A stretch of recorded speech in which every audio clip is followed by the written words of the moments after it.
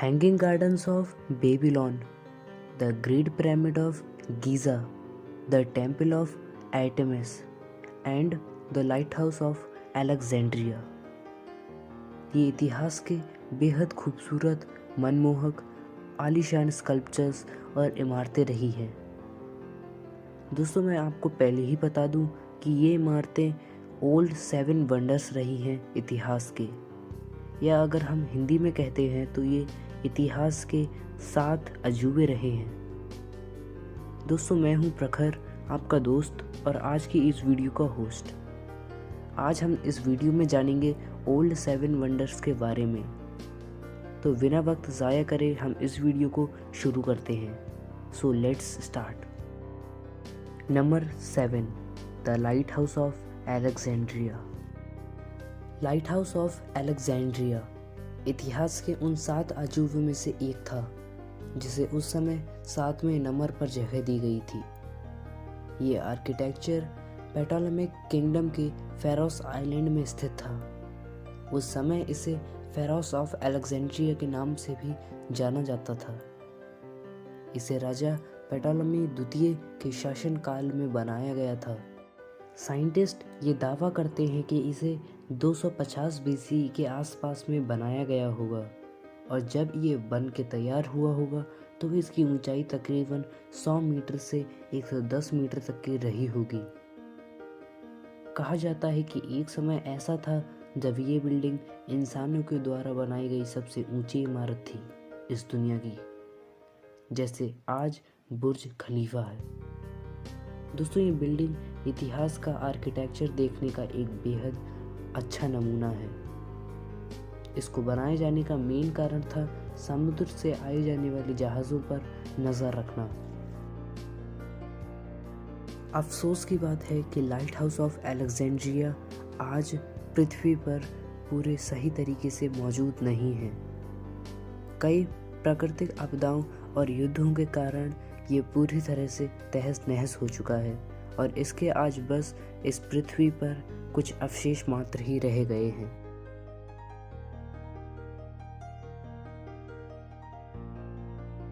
Number 6, Colossus of Rhodes. Colossus of Rhodes एक कांसे से बना स्कल्पचर था जो उस समय के भगवान हेलियोस का था। इस स्टैचू को 3वीं सदी में रोहडियंस ने बनवाया था। ये विशाल स्कल्पचर उस समय 100 फीट ऊंचा रहा होगा, ऐसा आज के साइंटिस्ट का मानना है। इसको बनाए जाने के ठीक 60 साल बाद एक भयानक भूकंप में ये तहस नहस हो गया, और फिर इसे कभी भी रिबिल्ड करने की कोशिश नहीं की गई। साइंटिस्ट आज तक इसके बारे में एग्जैक्ट जानकारी नहीं पता लगा पाए हैं कि ये कहाँ था, ये कहाँ मौजूद था। Number 5, mausoleum at Halicarnassus. Mausoleum at Halicarnassus present day Turkey में बनवाया गया था। ये इमारत वहाँ की रानी आर्टेमिशिया ने अपने पति की कब्र के लिए बनवाई थी। आप कह सकते हैं कि ये एक तरह की टॉम्ब थी। इसका निर्माण कार्य 350 बीसी के आसपास में शुरू करवाया गया था। कहते हैं कि ये 135 फीट ऊंची बेहद आलीशान इमारत रही होगी। ये पूरा प्योर वाइट मार्बल से बनवाई गई इमारत थी। इसकी शान उस समय के 36 खंबे थे जो इसके रूफ सपोर्ट को सपोर्ट करते थे। कहते हैं कि इस इमारत के सामने 4 घोड़ों का एक रथ बनवाया गया था, जो कि पूरी तरह से वाइट मार्बल से बनवाया गया था, प्योर वाइट मार्बल से। आप माने या ना माने, पर यकीनन ये उस समय की एक बेहद आलीशान इमारत रही होगी। Number 4, the temple of Artemis at Ephesus. The temple of Artemis मेरी भी one of the favourite sculpture है। ये उस समय एफेसस में स्थित था, जो कि ग्रीस का एक पोर्ट सिटी था, पर ये आज प्रेजेंट डे टर्की में है।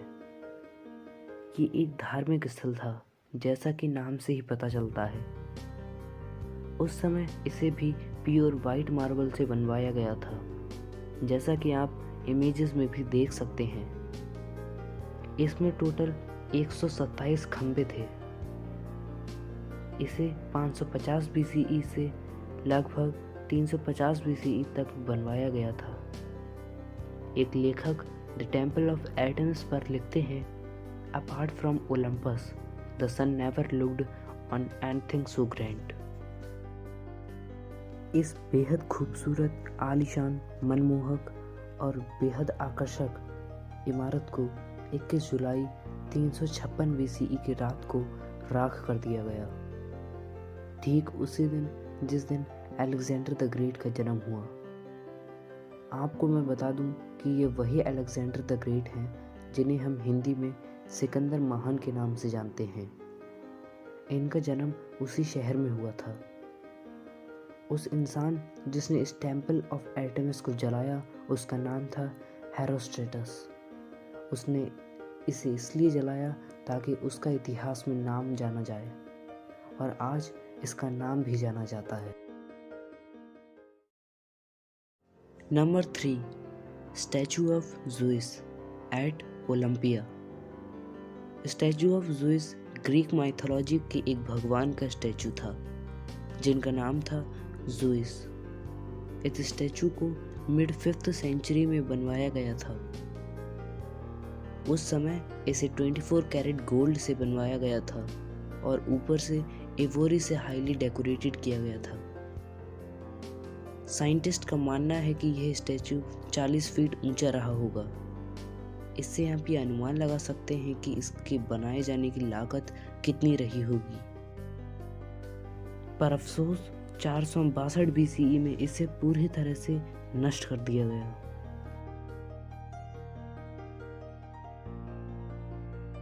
Number 2, the hanging gardens of Babylon. माना जाता है इसे यूफ्रेटिस नदी के किनारे मॉडर्न डे इराक में बेबीलोनियन किंग नेब्यूज एडनेज़ार द्वितीय के द्वारा 600 BCE में बनवाया गया था। कहा जाता है कि ये तकरीबन 100 फीट ऊंचा रहा होगा और इस पर ग्राउंड फ्लोर से लेकर टॉप फ्लोर टेरेस तक पेड़ लगाए गए थे। वाकई में ये इमारत एक बेहद मनमोहक इमारत रही होगी।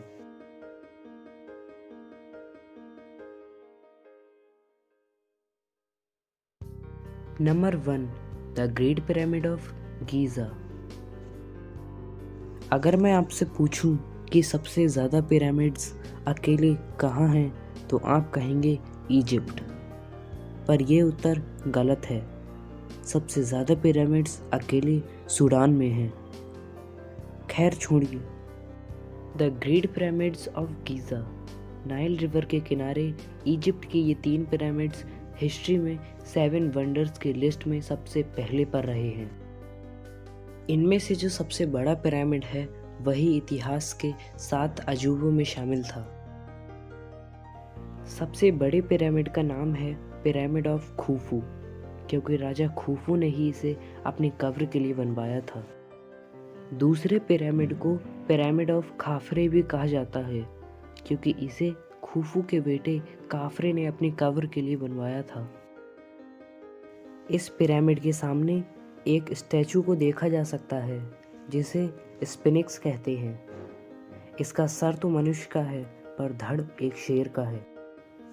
इसे ऐसे बनाया गया है कि मानो ये तीनों पिरामिड्स की रक्षा कर रहा हो। इसी के साथ तीसरे पिरामिड का नाम है पिरामिड ऑफ मेनकायरा। इन पिरामिड्स को 2700 BCE से 2500 BCE के बीच में बनाया गया होगा, ऐसा आर्कियोलॉजिस्ट का मानना है। तो दोस्तों, आज जो आपने इन 7 अजूबों के बारे में जाना, उनमें से सिर्फ the great pyramid of Giza ही है जो विकट परिस्थितियों के खिलाफ खड़े हुए हैं। बाकी सारे मॉन्यूमेंट्स समय के साथ डिस्ट्रॉय हो गए। तो इस वीडियो में बस इतना ही। उम्मीद है आपको ये वीडियो पसंद आई होगी। आपका मन किस मॉन्यूमेंट ने सबसे ज़्यादा आकर्षित किया और कौन सा मॉन्यूमेंट आपको सबसे ज़्यादा पसंद आया, ये कमेंट करके ज़रूर बताइएगा। So thanks for watching. Video को लाइक और शेयर करना मत भूलिएगा और चैनल को सब्सक्राइब ज़रूर कर दीजिएगा अगर आपने अभी तक नहीं करा, और साइड वाली बेल आइकन को हिट करके ऑल पर भी ज़रूर सेट कर दीजिएगा, क्योंकि मैं ऐसी ही वीडियोस हर हफ्ते लाता रहता हूँ। So thanks for watching.